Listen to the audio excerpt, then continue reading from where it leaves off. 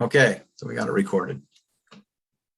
Today, I am meeting with Jeff and Cathy Teichert, and I'll have them introduce themselves, but we're going to have an interesting conversation because just before we decided to turn on the recording for this interview, we talked a little bit, and it's just nice to speak with people who have a very realistic idea of things, especially here in Utah, where we're a little different than a lot of the states when it comes to treatment of family and marriage, and I think they bring a very sensitive but realistic viewpoint. So Jeff and Cathy, nice to see you.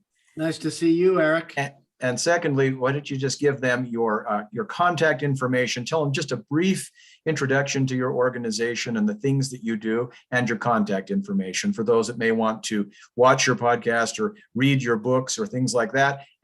Book, I know at this point, but podcast, book, or people that may want to deal with you personally. Our organization is Love in Later Years, and our website is loveinlateryears.com. Our email is loveinlateryears@gmail.com. And for short, that's Lily. So Love in Later Years, Lily. Our podcast is Lily Pod. Our YouTube channel is LilyTube. And we would love for people to visit our website and connect with us there. We have lots of free materials. We put out weekly videos, weekly weekly podcasts. And then we have our book, Intentional Courtship, Mid-Singles Guide to Peace, Progress, and Pairing Up for those who are either divorced, widowed, or not yet married. And in their later years of life, which for us, we just include everyone beyond the possibility of a first marriage in their 20s. And do you provide any kind of group or individual services too? Yes, actually, we are certified life coaches. And so we have our own clientele that we meet with one-on-one by Zoom. And that's something we really love doing, supporting people individually and helping them heal faster than they would otherwise. And I'll put all that information in the show notes as well. So for those that are watching and like to get more information, we'll make sure that's available to them. For now, then, let's talk about what it is you think people ought to be aware of in your experience about love in later years, about couples, marriage relationships, including relationships pertaining to divorce and post-divorce. The floor is yours. Let me also say on the resources we provide, we do everything from divorce healing coaching to premarital coaching for remarriages and that sort of thing.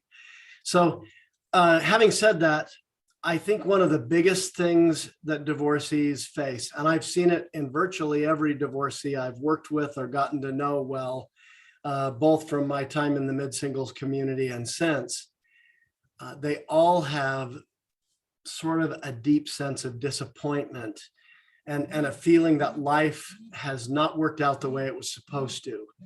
And so there's this really deep sadness in, like I said, virtually everyone I've seen that's been divorced. And beyond that, I think they all have a certain amount of trauma. And we tend to associate trauma with, these big events like somebody watching their buddy get shot next to them in Afghanistan, or a traumatic car accident or something like that. Loss of my mother or father when I was 3, something like that. Right. And that is very real, and it does produce PTSD. But the small t trauma is I walk into the kitchen to kiss my wife, and I kiss her, and she turns her head so that she doesn't take that kiss on the lips, but she takes it on the cheek. Well, now ordinarily that happens once and you think, well, she's protecting her makeup or whatever. But if it happens virtually every time for years, those little tiny abuses, those little tiny traumas, they actually accumulate, and they cause health problems and all kinds, just like PTSD would. And virtually every mid-single we know has that issue. And so not that particular one, but some kind of trauma. Some kind of little traumas or bigger traumas, or the death by 1,000 cuts kind of aggregate things. Mm-hmm. Right. And that's an important thing to remember when you're going out and trying to form new relationships, is you're going to get triggered and see red flags by a lot of things that are completely innocuous. And it's important to get professional help if you need to for that, to do personal thought work, to try to find your way through reconciling things that have happened, and then being aware of what your triggers are so that you know when you're seeing something that's actually scary versus when you're seeing something that's just triggering your old traumas. Let me ask you this, and let's try to explore that just briefly then. So because I've actually seen that exact scenario that you talked about, is the affectionate husband who either has a wife who loves him but doesn't like to get hugged and kissed, or doesn't love him that much, which is why she does not want to get hugged and kissed. And I'm sure we can find things on the other side too. So I'm not saying this is unique to husbands only. But okay, so how does that, I mean, everybody's different, but generally, what does that do to that husband in that situation? So he's like, oh, I'm so loving and affectionate. I just want to go give my wife a hug and a kiss, and she turns away or something like that. Okay, happens once. He might be able to write that off too. Maybe she was busy. Maybe she was just out of sorts or something like that. Like maybe she didn't want me to smear her makeup. But then after a while, he's not dumb. He's like, hey, this is avoidance. I'm being avoided. What does it do to him? Oh, it's deeply painful. And I mean, as the trauma accumulates, it's more painful because he understands that it means something about the way she feels about him. And so, yeah, I think that causes deep scars a lot of the time. Well, and to some extent, it will always be partly how that person receives it and partly how they think about it. But over time, there does become that question. And especially if you then approach your spouse about it and say, hey, what's going on here? And there isn't resolution. But I think, well, we all know how easy that is. Yeah. Right. So it's like, hey, this is, this has gone on for years. What's going on? I mean, how should somebody approach it? I mean, it may not be something people are comfortable with taking head on, or they know for a fact it's like, that's just going to get me, I'm going to catch hell for that. What do you do? I think being willing to take people at their word is important. I mean, of course, trust in marriage is fundamentally important. But if the spouse has a reasonable explanation, then maybe you come up with something that helps, the spouse that's feeling rejected feel more accepted. Have you seen something like that where somebody says, I can think of some examples, but you might have better ones, but it's like, yeah, I love you very much. It's just that my abusive mother or father used to hug and kiss me, so I've associated that with things that are unpleasant, so I don't like it. Or absolutely, yeah, that happens for sure. And or just somebody like, you know what, I'm just not into hugging and kissing. Or hey, when we were courting and dating, I let you do this because I knew this was the price I had to pay. But now that we're married, I don't want to do that anymore. That's just not my thing. I've seen all of it. And all of those responses can elicit in the other person a decision, right? A decision to either accept that explanation, try to change it together, because really that's the only way it can happen, or to leave it, like leave the marriage because that's not acceptable. That's not. Or because you're not buying the explanation, right? It's like, right. Hey, look, I know I'm being avoided, and I don't buy the I was abused as a child thing. You've never told me that before. I don't think it's true. I mean, I understand if you were hiding it from me and like, okay, now we have a good cry together and we can start to heal and all that sort of, but sometimes it's just like, no, it sounds to me like you just want to have your cake and eat it too. And so that's when you're saying, okay, well, this breaks my heart. I didn't do anything to deserve this, but. Yeah. And this right here is where it gets very complicated to decide about whether to leave or not, because how long do you want to be in a situation where you're feeling rejected?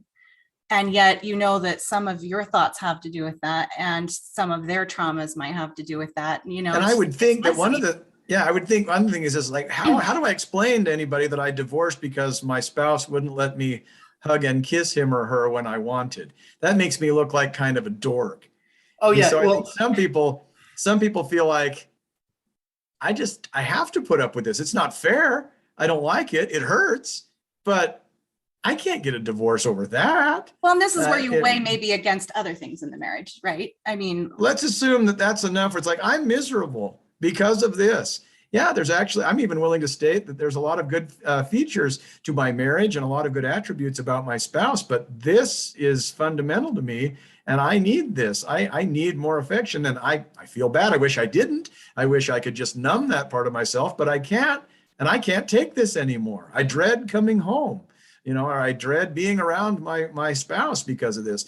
So I could just see how somebody would really struggle with that. I don't claim to have the answers, frankly, but I've seen that happen too. Have you? Oh yeah. I mean, we talked before the show, and I've done a few divorces as a lawyer in the past as well. And one story that I hear or heard, I still hear it, but is I would rather my wife would just go out and have an affair or something, or I wish my husband would cheat on me or throw a punch so that I could then feel justified in getting divorced. But this micro trauma, Okay, that seems that's so exactly silly to people. Yeah, I'm sure that's a lot of people are like, look, I'm not in. I wish I could say, yeah, I've been beaten and I've been cheated on, or my spouse is a drunk or just abandoned me, but it's not that bad. It's bad enough that I'm miserable, but nobody can really see it, and it's hard to describe. Yeah. Right. It's not bad enough in the one moment, but those little rejections over time build up. And I think the person who is doing it is really being abusive. I mean, maybe they're not abusive like I'm going to, set fire to his bed at night or, punch her in the face or something like that, but it's still abuse. And I think we need to call it by its right name. The other thing I was going to say about that is I think as a divorcee, I learned the stigma and what other people think and how they might judge my situation really didn't matter very much. And I think sometimes people that are in those situations think, I can't leave this situation because of what everyone will think of me and the image that I'm portraying. And that's a lousy reason to stay married. Mm-hmm. And I'm for marriage. I'm for staying married when you can work things out. But that's a lousy reason to stay married. What are the, I've had a friend that was talking to me about borderline personality disorder, which I just laughed, and I still laugh every time I think about it, where he said, it is easier to get someone off heroin than it is to cure somebody of borderline personality disorder. So along those lines, what if you have a marriage like this, where it's just like there's little traumas? There are many good things to the marriage, but there's one or two things that are the straw or straws breaking the camel's back. How do we approach this as to whether it can be repaired, should be repaired, and if it can, what's going to be asked of both members of the couple? We ask three questions. First one, is there a deal breaker issue? And we think that's something to do with abuse. And we consider infidelity abuse as well. But it could even just be up to the individual what they feel is tolerable or not. And just out of curiosity, if somebody says, yeah, I feel abused, and everybody in the room is like, you think that's abusive? That doesn't seem like abuse, does it? It just seems like you're just really thin-skinned. Right. But what if it's one of those like, I'm sorry, you're just weird. That's not, I mean, have you ever gotten not that up situation? To other people, they don't have to live in the marriage. It's up to the individual what is a deal breaker for them. I'm talking about somebody who says, he enjoys anchovies on pizza and I can't stand it. Well, then they're not very tolerating, and they probably won't be good as any partnership. And they say, I feel abused. I mean, would you just kind of say, I'm sorry, there's a certain line that we have to reach. That's just a personal preference, but that ain't abuse. I guess have you heard that before? Yes. And let me say this too. I'm not a mental health professional, but I'm surprised. It took me years and years before I realized that there is a mental health element to a lot of divorce. Mm-hmm. Oh, totally. I was surprised. I used to scratch my head thinking, gee, why are there so many divorces? And I thought that's because a lot of these divorces are tied to mental illness or emotional pathology or disorders on the part of one or both spouses. Now, that's just an aside. Okay, well, that woman that always turns her head, mm-hmm. But stays in a marriage year after year after year where she doesn't really like her spouse. I think there's mental illness involved in that. Yeah. Or some kind of a personality disorder at the very least. All right. But that was just an aside. Just because I think it's nice for people that that are going to watch and listen to this. And they're like, oh, so I'm not that strange. I'm not that weird. And I'm not that sensitive, or, I'm not weak. It's like, this is a problem, and other people recognize it as such. I think that's a good thing alone. There's all right. an energy between couples, and it's not always definable. So Okay. that's why we can't judge it. I mean, is Right. it, is And it I didn't- meeting and their that- humanity? I think that's sort of the touchstone, but Didn't want to get too far afield on that, so I'm Yeah. sorry for doing so. But you've started with the 3 questions, and I Yeah. wanted to get back to that, but I just thought it was worth mentioning. Okay, so the 3 questions. well, the second one is, Well, let's repeat the first one Is because there I a got deal us off on a breaker tangent. issue? that's was the that? first one. Is there a deal breaker issue? Deal breaker issue. If that's a yes, then you go to the second question, which Is there anything that I can do to change the dynamic between us?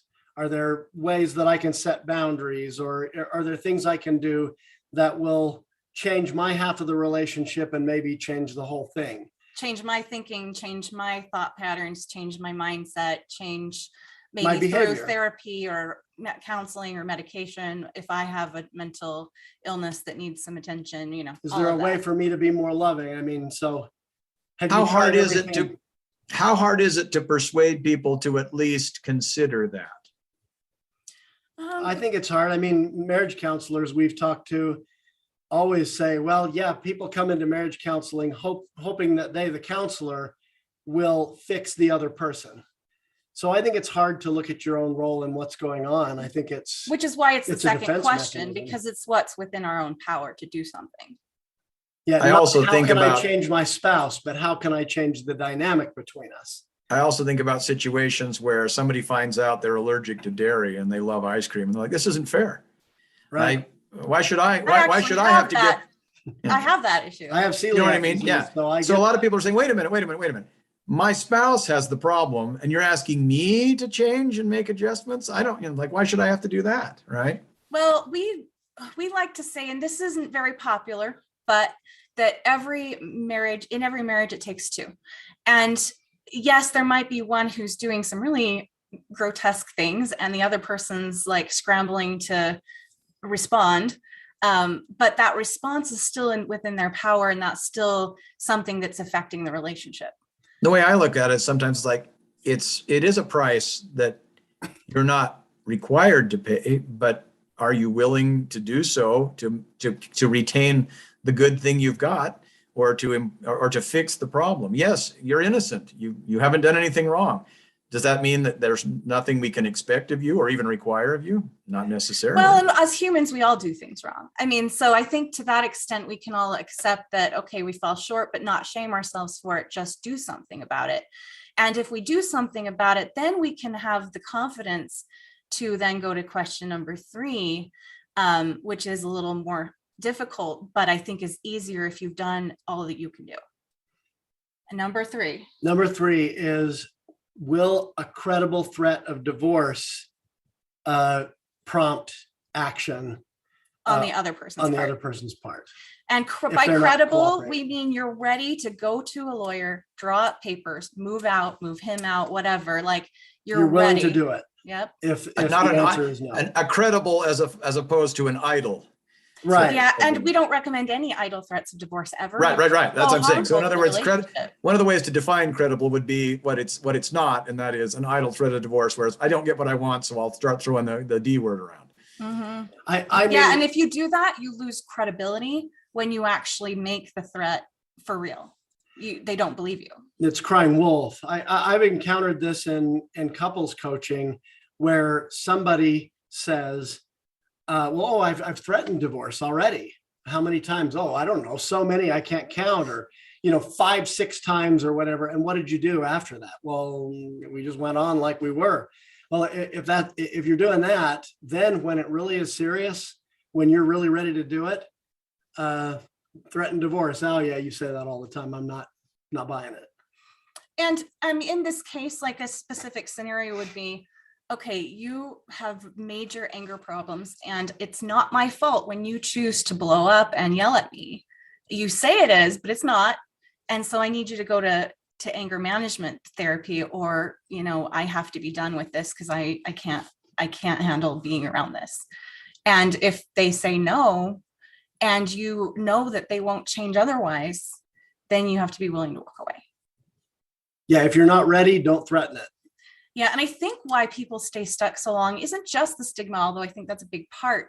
I think sometimes it's also we want to change our spouse so much, it's on our mind constantly, and we make all these futile efforts to do so, but we can't control them. And so we just get stuck in this codependent pattern of, I need you to change for me to be happy, and I'm just going to keep trying to change you. And that doesn't really get anywhere. When we can really accept the other person as they are and their willingness to make changes, whether they are or not, then we can make a more realistic decision about what's best for us. You ever get people that say, just help me to accept everything and lower my expectations so that I just kind of surround myself in a protective cocoon so that I stay married, but just happy in spite of my marriage? Do you get a lot of that? Oh, yeah. Well, Sometimes. and to some degree, we agree with that. Not to the extreme that you're talking about.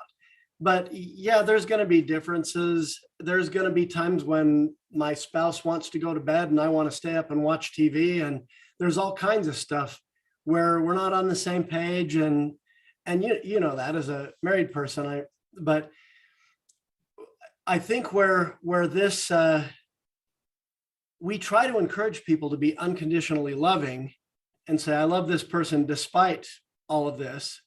But there is a threshold at which, all right, I love this person unconditionally, but that doesn't mean I stay married.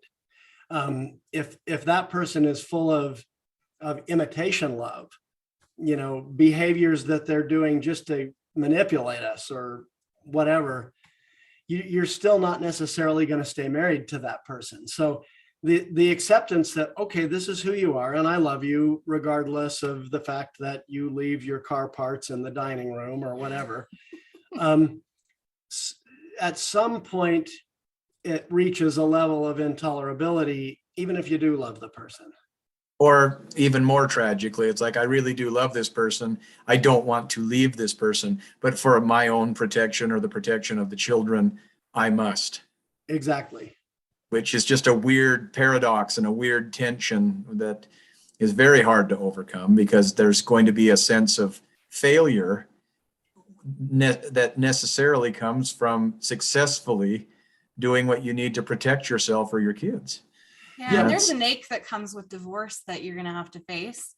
But when you can face that pain that's been around your heart for a long time, and then surrounded by a wall that you've put up to stand within that marriage, you're eventually going to get back to your original core heart you were born with, that, you know, was there before all of these life experiences walled you off. That's a perfect segue then, and because I know we don't have a long time to cover all this, how long does this process generally take? It depends. When you work with people. Right, well, right. Yeah, it depends. I mean, so for us, it took a long time because we didn't have a life coach. We didn't have Intentional Courtship, our book, the book we wish we would have had. So I think it depends on if you're willing to do your own work and show up and really be intentional about creating healing in yourself. Let me say one other thing about that too. The ache that she refers to is a real thing. They've done functional MRIs of people that are going through an unwanted divorce. And their brains light up in the same areas as someone who's actually being in physical pain through illness or injury or whatever. And that isn't true of any other emotional pain. It's not true of depression or anxiety or any of the rest of them. It's only true when the person's feeling rejected. And I think that has an evolutionary function, which I won't go into at this point because in the interest of time, but when it comes to, go ahead. Well, the way I would describe it in my own case is it was a deep, hollow ache. I woke up every day feeling like I'd been kicked in the stomach. And I carried that around every day, all day long, and took it to bed every night. And it was relentless for about 4 years. And for me, it was in my heart. And I remember one time, it wasn't the whole time this bad, but there was this ache in my heart for a long time.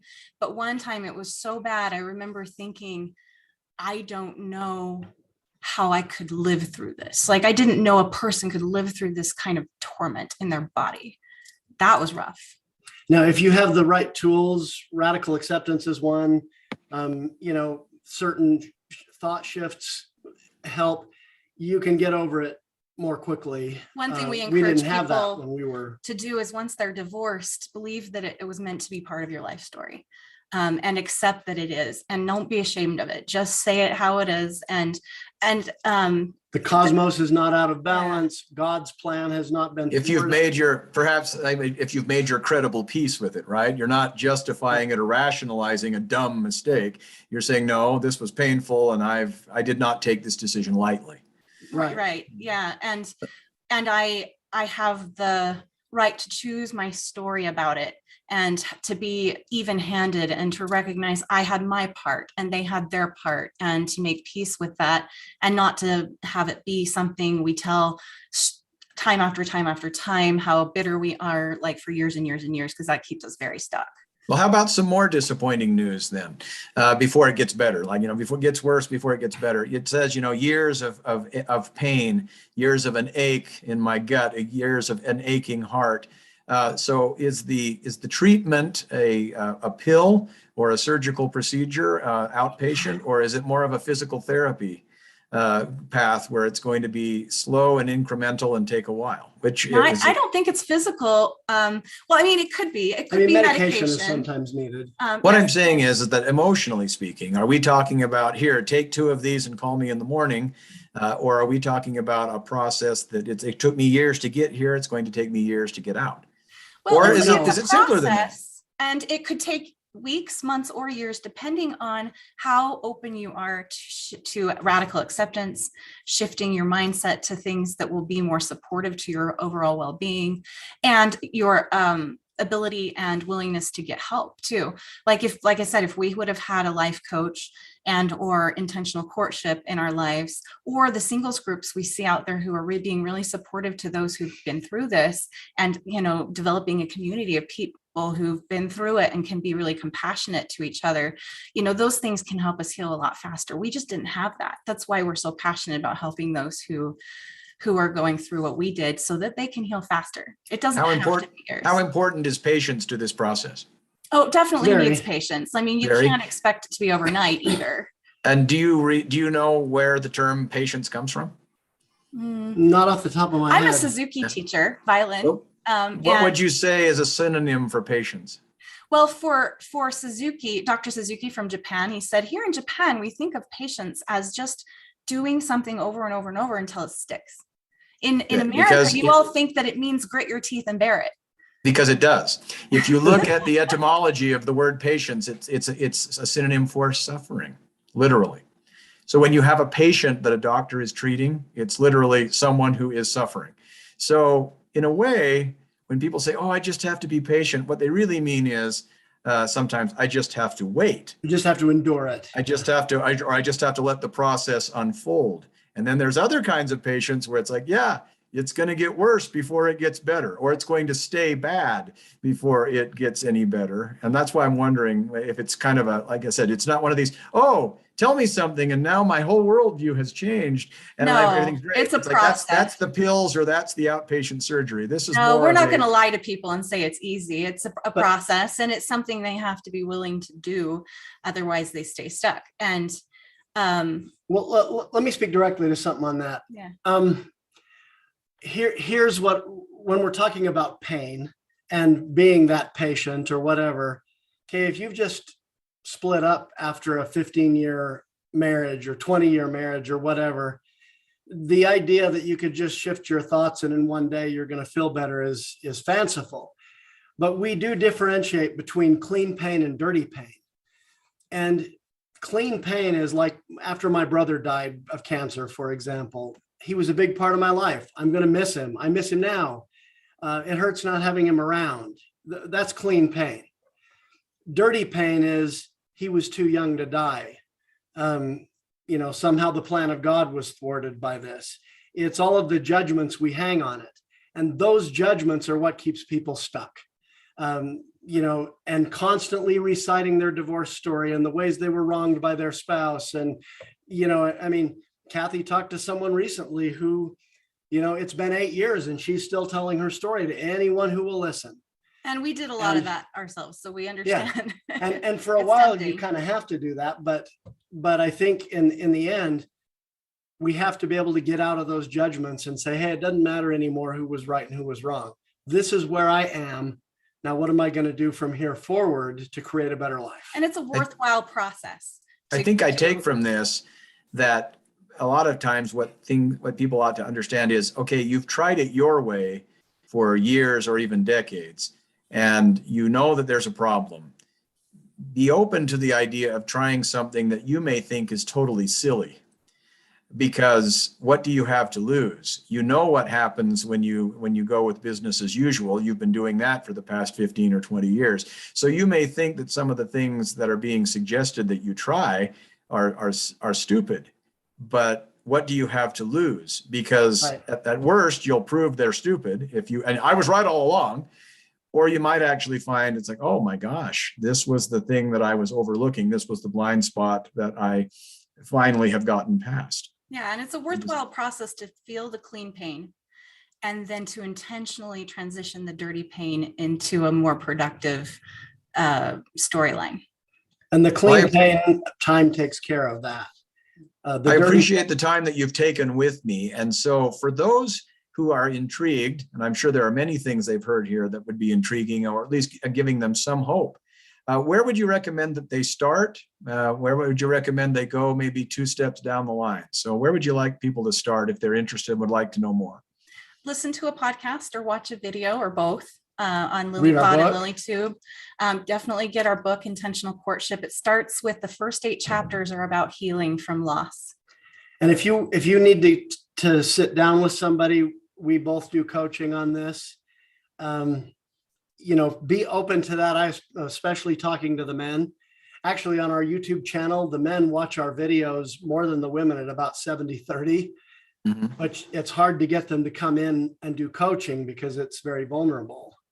So is that something where they call a number, or do they go to a calendar schedule? So email us at loveinlateryears@gmail.com. So love in later years is all one word. loveinlateryears@gmail.com, or go to our website, loveinlateryears.com. And you can find our social media, Instagram, Facebook, TikTok, and links to our YouTube channel and our podcast, and also hundreds of written articles that we've shared freely.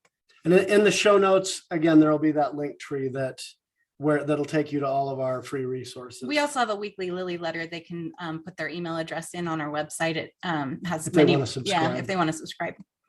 Wonderful. Thank you so much for taking the time with me. Thank you, Eric. Thank you, Eric. All right. Bye-bye.